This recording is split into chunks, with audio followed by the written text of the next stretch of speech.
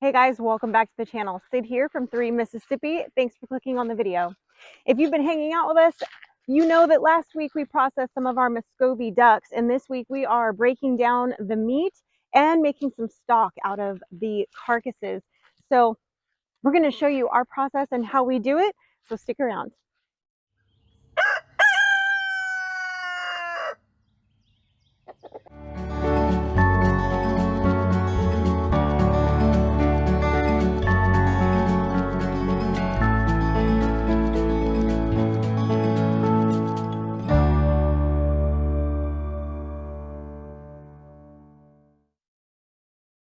Before we get to work in the kitchen though, guys, I want to thank our sponsor today, World of Warships, which is a fun new game. Check it out. World of Warships is a free-to-play game available on your PC. New content is released every month, whether it's new ships or in-game nations or even ship classes. Some of the updates even include things like Godzilla vs. King Kong. World of Warships has amazing graphics that look like you're watching a movie. But not only is World of Warships available on your PC, but you can also get it available on Xbox, PlayStation, or on your phone. Check out the link in the description below and use promo code HSF2023 to receive a huge starter pack, including 200 doubloons, 1 million credits, and 7 days of premium account time and 2 high school fleet commanders. From November 16th through November 30th of 2023, there's an in-game event collaboration between World of Warships and the new popular High School Fleet anime series. In World of Warships, players can battle on more than 40 maps, and there's more than 20 ports to choose from, and 10 of them are recreated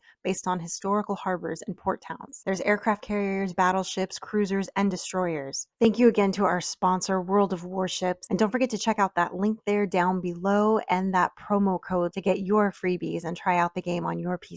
Welcome to 3 Mississippi. I'm Mike. Today I'm going to talk to you about how I break down a duck and why I do it the way I do it. What we have here is Muscovy duck. We raise these for meat specifically. Now, if you're a prepper or a homesteader and you're considering, what animals to raise for meat, I think Muscovy ducks should be at the top of your list.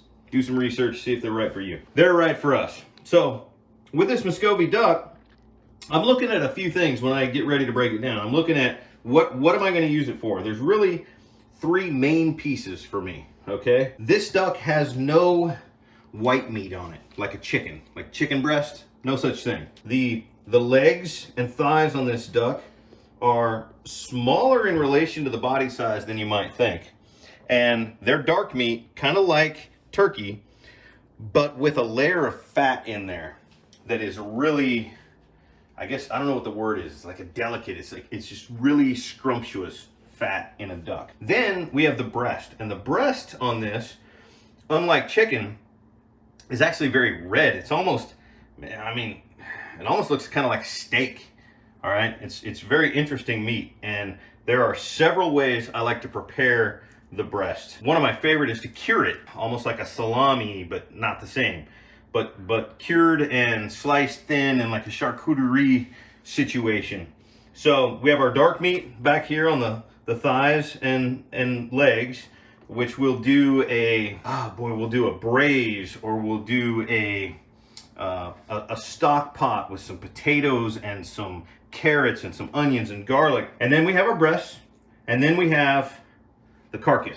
Now, if you're into being prepared, if you're a prepper, if you're a homesteader, you know the value of stock. Chicken stock is right up there at the top of the list because we're always processing a lot of chickens.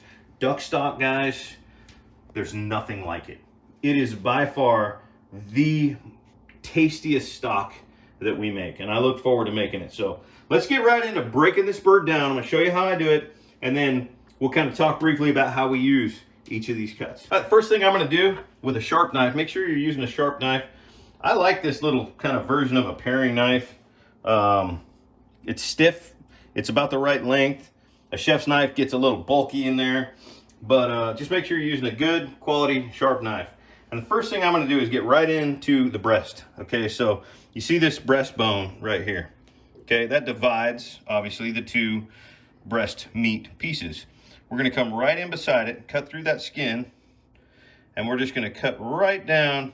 I'm kind of pressing the blade against that bone, okay? So I'm running right along that bone all the way back. until I hit something right there that kind of stopped my blade. Now, you look down in there. Do you see that? That is a bone that extends down towards the rib cage. So I'm gonna essentially bone this breast right off of that, all the way down. See how I'm pulling it away? Just like that, okay?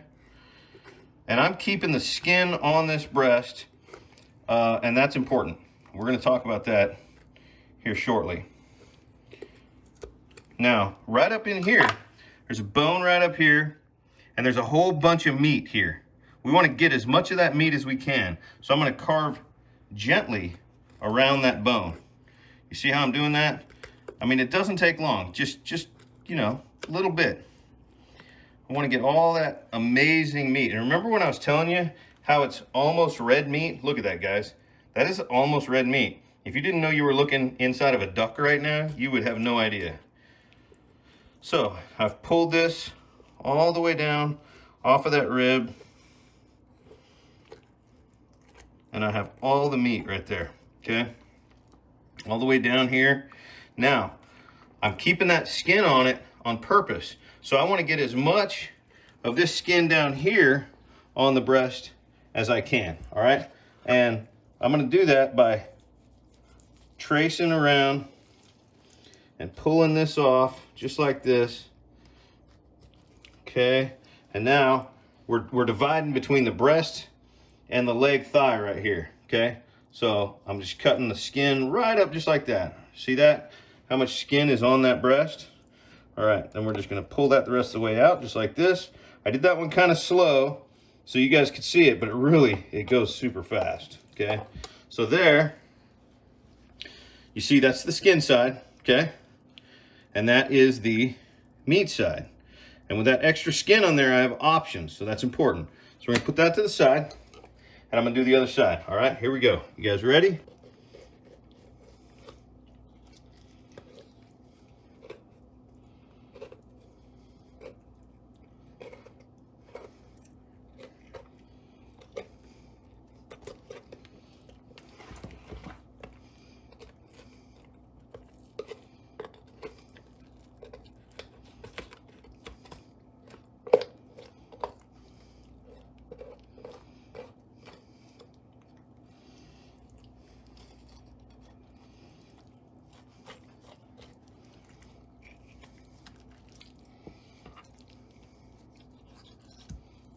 Boom, beautiful breast.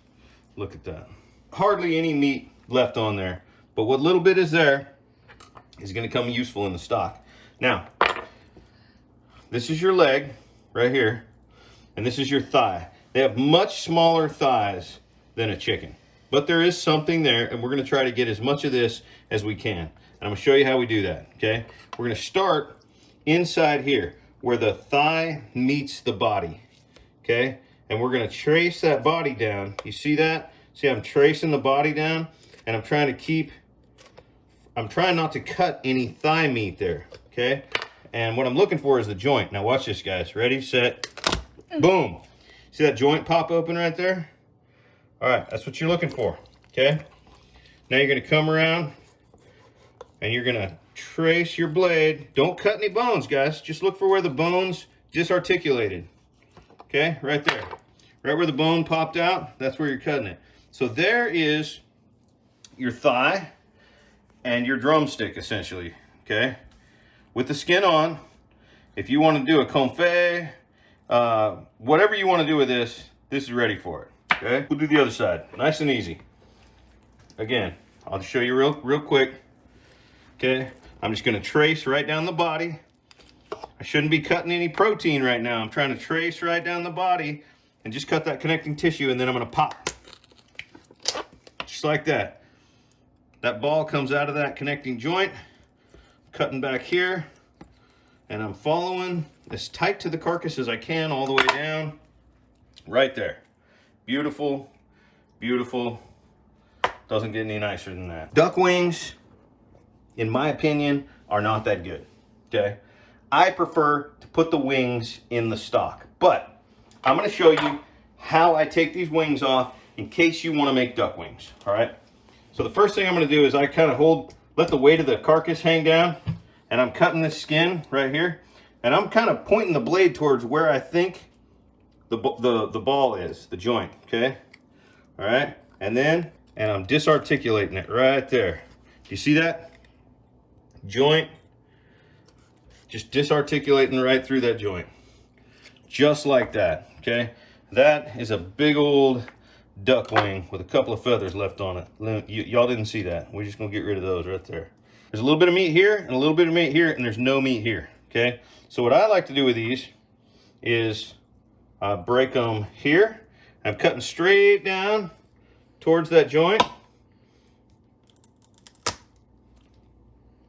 I'm gonna break it just like I did the other. Okay, and then I'm gonna find the spot where it broke and just go right inside of it, just like that. Your blade should not ever be like really cutting bone, guys. Oops, hold still. Okay. Slippery.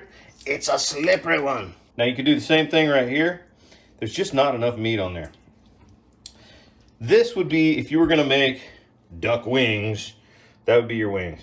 I'm gonna actually keep these in my stock because I really do enjoy some of that protein cooking into the stock and imparting that flavor. So, no duck wings for us, okay? This wing I'll leave on the carcass because, like I said, no duck wings. Now, the neck. What do we do with the neck? Well, there's a lot of people that like a bird neck. They like to braise it, various things. I like to include my neck in the stock, but I like to actually brown it first. It changes the flavor of it a little bit. So I want to get this neck off of the bird so that I can brown it with some garlic and onions before I add it to the stock. So I'm going to come back here as far as I can with a knife, and I'm just going to cut around that protein. Okay, you see that? I cut around the protein. Now, I'm going to cheat right here. Cheaty. Get those scissors in there, cut right through that neck bone, and pull the neck out. There's our neck. We can braise that neck. We can roast that neck. We can fry that neck with some onions and garlic. Whatever you want to do it. So there is our carcass. That's going to be our duck stock. We keep all this skin, as much skin as we can, because there's so much fat in this duck skin and between the skin and the body. Duck fat, there's just nothing more flavorful than duck fat. And then we have our amazing legs right here. Look at those. Those are just absolutely beautiful. And we have those bad boys right like that. And then look at that. Look at that breast. Oh, man. And that's chunky. That's a big breast. Look how thick that is, right? And our other one right there with the skin on. And in another video, I'm going to show you how I tie, roll, and cure these duck breasts into an amazing charcuterie cured meat. But that's going to be another video. Let's get on to making stock out of this awesome duck carcass. All right, the first thing we have to do is make these carcasses small enough to fit into a stock pot. So we have like 4 Muscovy ducks right here. What I'm gonna do is just kind of take this and cut it down the sides. That's like little rib bones that I'm cutting through right there, right? See that? Right? Spines down here, the breasts were up here. We'll cut down both sides like this. Okay, and then we're just gonna kind of tear that in half. And then we're gonna give a little bit of help up here. If it's too big, you're just not gonna get it into a reasonably sized stock pot. Breaky, come on. There she goes.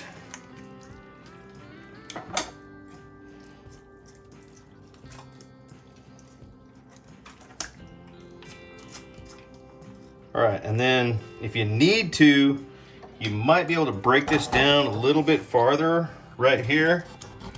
Always cut towards yourself, right?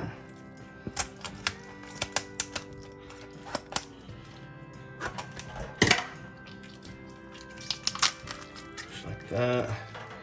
Make all that. We're trying to fit all of these 4 ducks and all the parts, the wings and everything, into as small a stock pot as we can.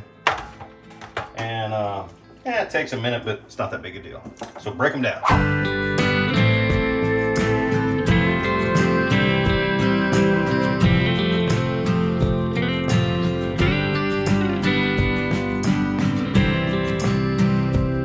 All right, some very important ingredients for any stock. These 2 items right here, carrot and onion, need to be caramelized. When you caramelize these, you really bring out the natural sugars in there, and that adds quite a depth and flavor to your stock. The next extremely important item for any stock is the garlic. You don't make a stock or a soup or anything broth without celery. And then what I like to do is go through the fridge and see if there's any veggies in the fridge that are kind of getting close. Like if we don't use them tomorrow, we're going to have to feed them to the chickens. In this case, I found a couple of zucchinis in there that I'm going to add to the stock. Any vegetable can be added to the stock. And if you grow your own cayenne peppers like we do, hopefully you're drying them out and putting them in a Ziploc bag and keeping them in a cupboard out of the sunlight. These things will last well over a year, easily until your next garden produces more. So I'm going to pull out 1 cayenne pepper that I have dehydrated. You don't want to add too much spice to a stock, just a little bit of flavor. Now, as far as, since I just said the word spice, keep the salt and pepper out of the picture, guys. We'll talk about salt and pepper later in the process, but don't do it too early. You'll be messing up.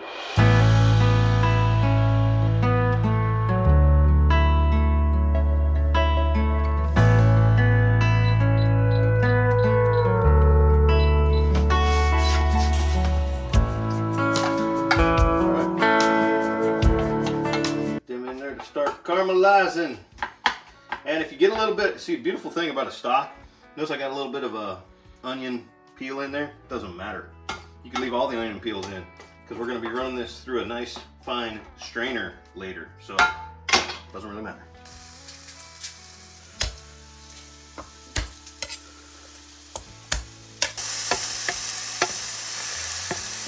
You're looking for those onions to get a little bit translucent. And if we get a little bit of color on these carrots, like whoo, like that right there, you see that? Oh, that was beautiful right there. Beautiful. All right, now I want you to look down there at the bottom of that pan. See all that color on the bottom of the pan?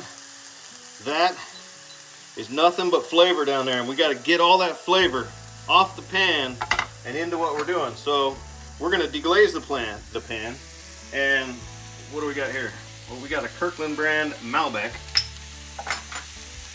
Oh, actually smells pretty good. We're just going to dump that in there, and then scrape the bottom of that pan, and we're getting all that flavor off the bottom of the pan. See how it's just coming right off into the liquid? Beautiful. I'm going to add a little bit of water. That's about all the wine I want, but I definitely don't want that wine to dry onto the pan.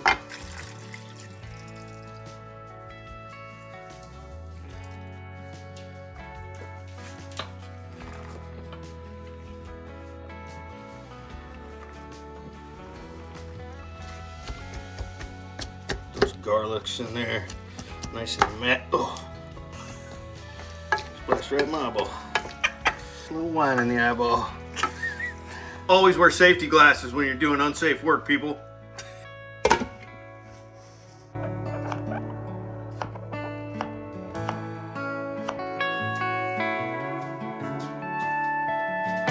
Remember that cayenne pepper I was talking about?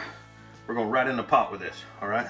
Just take that dried pepper and just break it a couple times.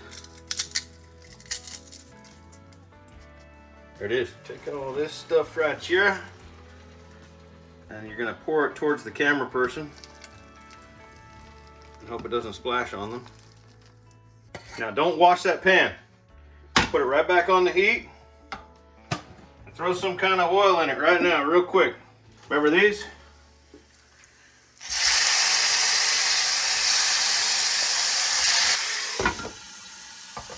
weirdest looking candy canes I've ever seen. I like to get a little something on them, whether you smoke them, whether you roast them.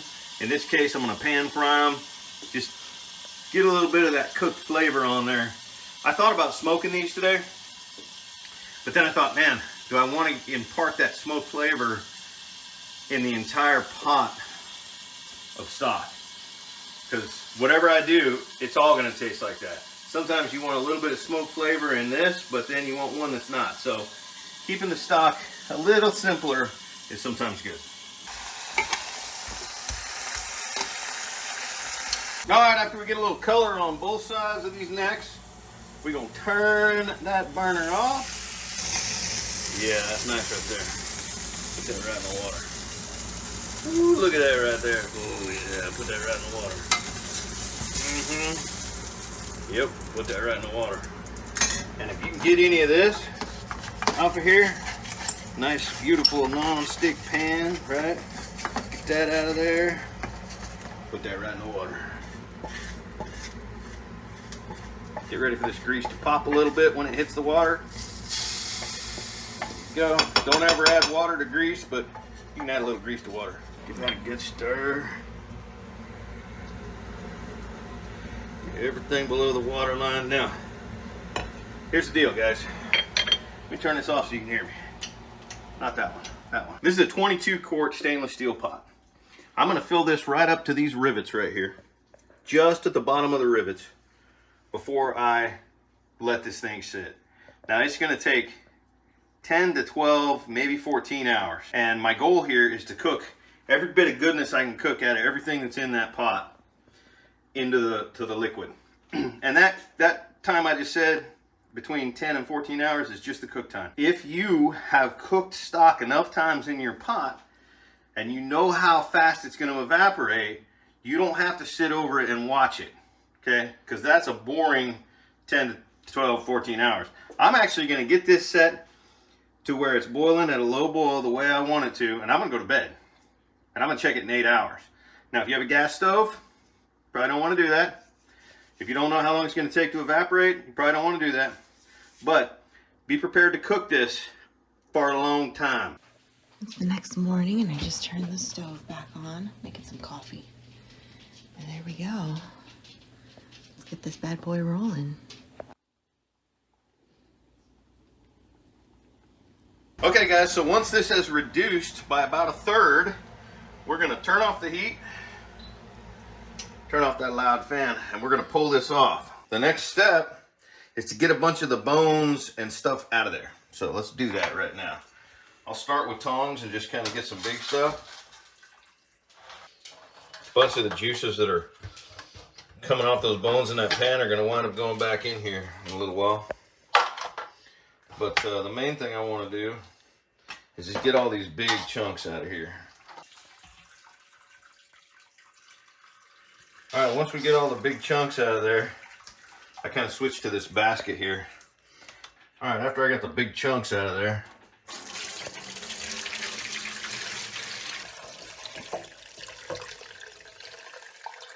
this is just the first straining. We are going to strain this again through a finer broth strain, and I'm going to run all this through the strain also and get as much of the juice that's in there back out.